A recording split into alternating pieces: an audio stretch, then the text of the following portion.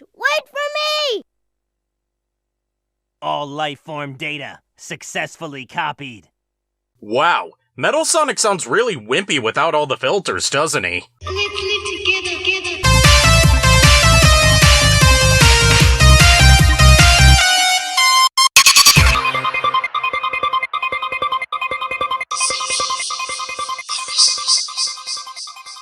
Greetings everyone old and new, welcome to Haseo Reviews in part 2 of the 3D Sonic Marathon, now with an improved intro.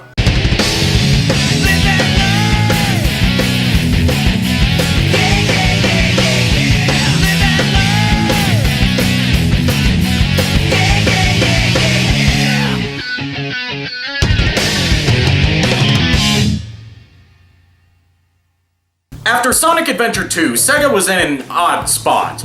The Dreamcast wasn't selling as well as they hoped, 3 new consoles were on the horizon that all had better specs than their console, and the company, by all accounts, was bleeding money. So they made the decision to discontinue the Dreamcast, cease making consoles entirely, and work strictly as a third-party developer for other consoles. They really got this started by porting Sonic Adventure 1 and 2, in reverse order for some reason, to the Nintendo GameCube, along with a compilation of Genesis-era Sonic games with the Sonic Mega Collection. Sega had firmly established themselves as a big supporter of their former arch-enemy's console, but wanted to branch out to all 3 of the major players on the market to maximize their profits, as the GameCube was underperforming compared to the PS2 and Xbox. Upon release, however, Sonic Heroes split the fanbase in more ways than one. Some see it as the beginning of Sonic's Dork age, while others see it as the last hurrah of the Dreamcast-era games.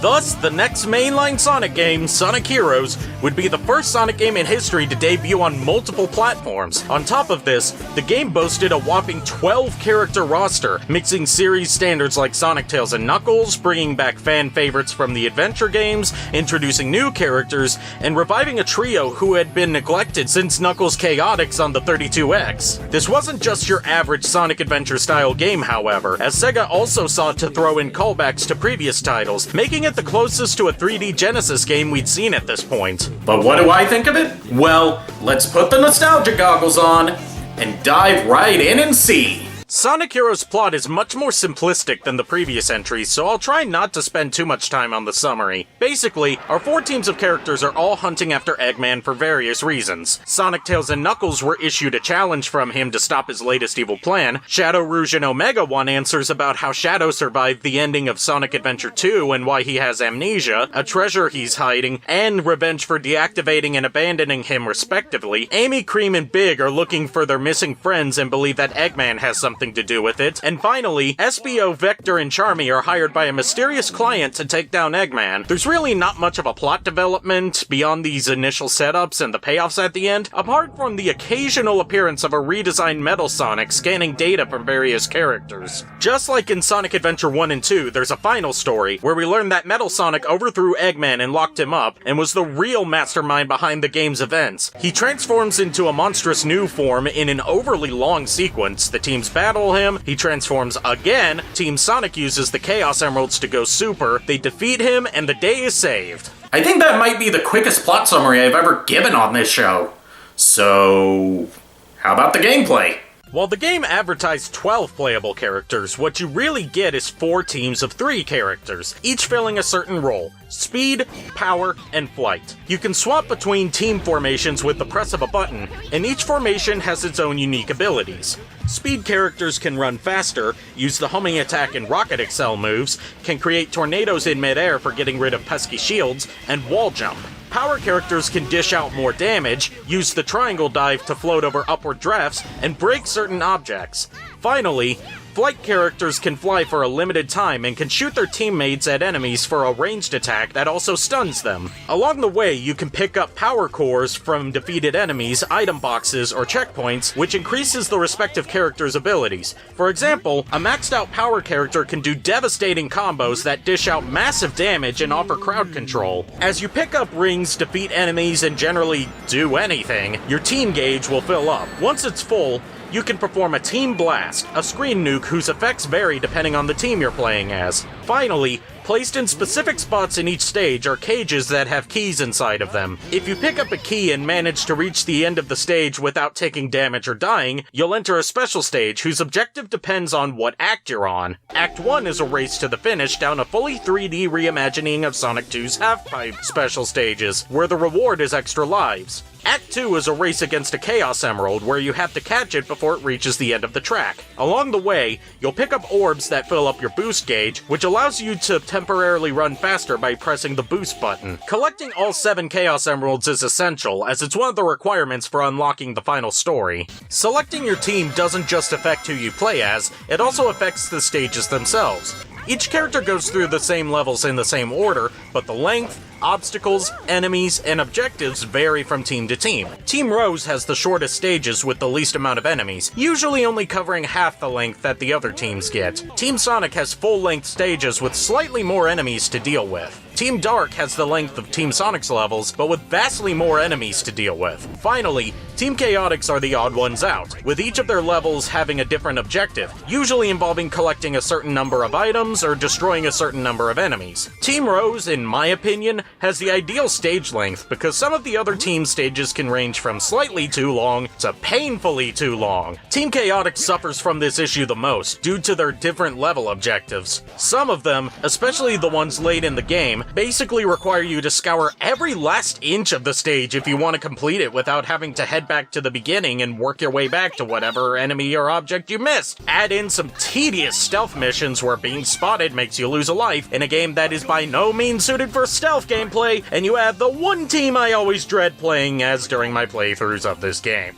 The stage length isn't the only problem this game has, however. The controls are incredibly slippery compared to how precise everything was in Sonic Adventure 1 and 2. Even a slight tap on the control stick sends your character speeding off in whatever direction you press, making it far too easy to accidentally fall to your death or run into enemy fire. The homing attack is also less precise than what the previous games had, with it only seemingly working whenever it feels like it. I could make a drinking game out of the number of times I lost a life to this specific pit that can only be crossed by homing attacking these ghosts. Even combat is more tedious now due to every enemy having a health bar instead of just dying in one hit, combined with some sections where you have to kill every enemy in the area in order to proceed. There was literally no reason to implement this, but unfortunately it ended up sticking around for the next few games. The only enemies in Sonic games that should have health meters are the bosses. Finally, there's a much heavier emphasis on rail grinding, a feature I completely neglected to mention in my Sonic Adventure 2 review because it popped up so infrequently in the story mode. There are 2 entire stages built around this mechanic, and they're among the worst in the game because of how finicky switching rails is. I feel my whole body tense up every time the level requires me to switch the rail I'm on, because it's a complete crapshoot whether or not I'll actually hop to the next rail or if I'll just jump to my death. The graphics in this game somehow managed to look worse than what was in Sonic Adventure 2, with everyone looking like they're made out of plastic. On the flip side, the level aesthetics are fantastic, with some details like the checkerboard patterns on the rocks in Seaside Hill looking like a mix between the Genesis era levels and Sonic Adventure 2. The music is also very upbeat and catchy, with some songs being serious earworms. My personal favorite has to be the Team Chaotix theme by Gunnar Nelson from the glam metal band Nelson. What can I say? I love me some 80s hair metal cheese. And both of Crush 40's contributions to the soundtrack, Sonic Heroes and What I'm Made Of. This was the last console entry in the series to feature the original LA voice cast, and for their last hurrah, they all turn in a great performance, even if the script itself is like a Saturday morning cartoon level of cheesy. Special mention goes to Ryan Drummond pulling a dual performance as both Sonic and Metal Sonic. I'm aware that Metal Sonic's performance is mostly in the post-production effects added to his original voice like I showed in the opening of this video, but he really makes Metal sound appropriately axe crazy. Besides, history has shown that Metal Sonic's voice could always be worse. There is only one Sonic. Time for the verdict, ladies and gents! Sonic Heroes is a mixed bag for sure. The gameplay isn't as refined as Sonic Adventure 1 and 2, the stages sometimes drag on for longer than they should, there's too much work required to get the true ending by requiring you to complete special stages that are only compounded by the overly slippy controls, the story isn't anything noteworthy apart from bringing back Shadow and the Chaotix and introducing some newcomers, and the graphics aren't as appealing to me as what the previous games had. However, the music is fantastic like usual, the voice acting has improved even further, and the level designs themselves are beautiful. Overall, I can still recommend this game to Sonic fans, but if you're looking for a good entry point into the Sonic series, I'd still recommend Sonic 2, Sonic 3, or Sonic Adventure 2 over this. That's 2 games down, 2 to go. Tune in next time for the franchise's attempt to appeal to the Hot Topic crowd with Shadow the Hedgehog. I'm Haseo, and I'll see you in the next one. Laters.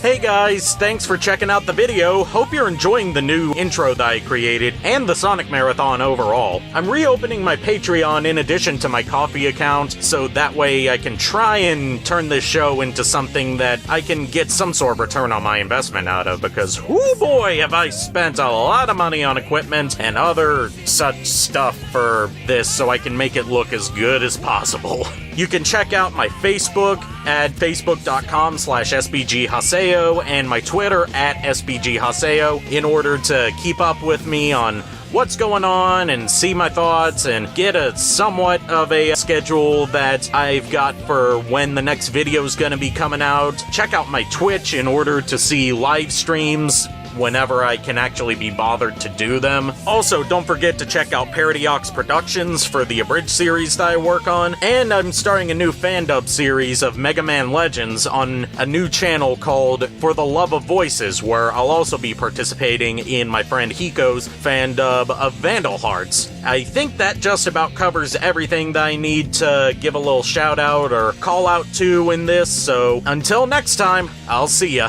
Laters.